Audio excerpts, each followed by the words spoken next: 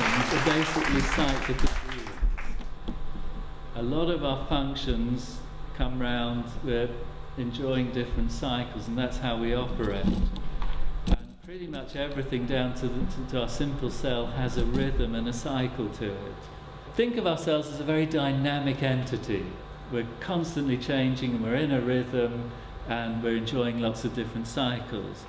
And the interesting thing about that is that cycles are infectious. So we tend to, whenever you have something in a cycle and then something else in a cycle, they tend to harmonize.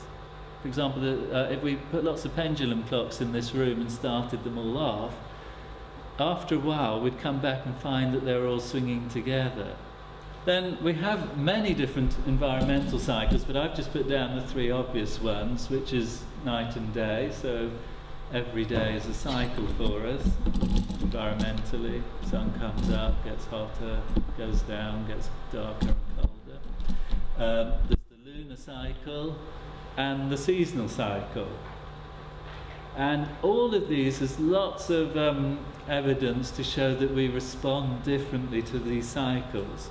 It's probably more on the lunar cycle than anything else, but we know that there's an increase in admissions to casualty wards at the full moon, more car accidents, the crime rate increases, and women's waters are more likely to break if they're having a natural birth around the time of the full moon. So we have a lot of different changes that happen in our behaviour pattern. So if we think of our world in this way, you can see it's very dynamic and it's always changing. It has a rhythm, and I would suggest that we find ourselves being connected to it. We're in that rhythm all the time. So we're in the rhythm of the moon, we're in the rhythm of the seasons, we're in the rhythm of the days. And we're in each other's rhythms to a certain extent too.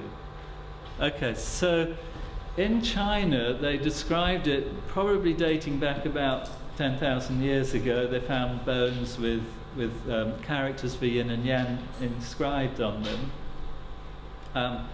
So in China then they use these two words to try and describe the cycles that we go through, that we've been talking about. So we would have cold and warm, all these words are the yin words, and the second words are describing a more yang condition. So cold and warm, night and day, winter, summer, full moon, new moon, full moon, shade and sun. The sort of romantic description you'll often see in older text is that yin relates to the shady side of the mountain and yang to the sunny side of the mountain. We can go on to then think, well, if we're out in nature, how does it feel to us? What can we observe? What are we aware of? So, and I would do it as an exercise. Go out into a field in the night, or some woods, or anywhere that's natural, and just observe. If you go out in the night at winter, it'll be even more yin in theory. But just be still, meditate a bit, but just get the feel for it, because you'll actually be feeling what we call yin, or what the Chinese have for all this time been describing as yin.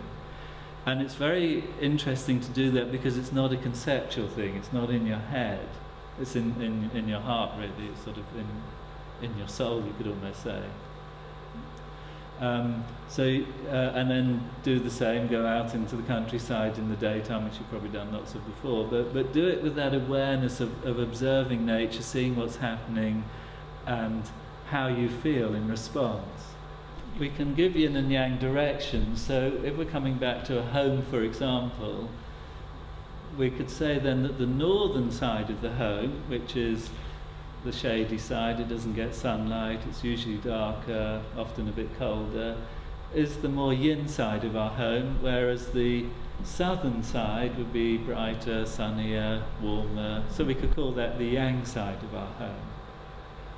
And we could then go on to say that the northern side of our home is a little bit like the night and the winter, or has more of those qualities, and the southern side of our home is a little bit like the daytime and summer, and has a bit more of those energetic qualities to it.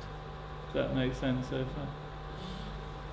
So out of that, and let's say you're wondering whether to have the bedroom in the north or the south, then you might choose the north if you particularly wanted that cooler, darker, wintry nighttime feeling. Or if you were trying to work from home, then you might try and choose the south side if you wanted to have more of that summery, warm energy to work out of. Now, so we have yin and yang, but also in China there's something called the 5 elements. And one of the biggest human inventions, one of the most things that really changed us more than anything in terms of our own evolution, is that when we developed the calendar, in ancient calendars you'll see the summer solstice and the winter solstice, so that's the longest and the shortest days, and then halfway between is the spring equinox and the autumn equinox. So if you have those 4 points on your calendar, then you can just simply count off days, you know, like you see people in prisons with their... you can just count off days and you'll know where you are in the year. Once we had that, then we could plan ahead. And in China, they gave these points of the calendar different names. So then we had 4 different elements to describe 4 different phases, a bit like in Western astrology would have 4. But in China they put Earth in the middle, and that's another element, so there's actually 5. And then later on Earth moved out to the side, so it actually came between fire and metal.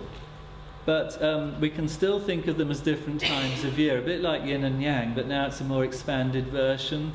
So water would feel like winter, wood would feel like spring, fire would feel like summer, earth like late summer, and metal like autumn. And we can add in the times of day too, or directions here, so we can put in, rather than just having the north and south part of our home, we can add in east and west and southwest at this stage. And we can add in the different times of the day. So I would encourage you to try and experience them and use your own experience of them more than anything else.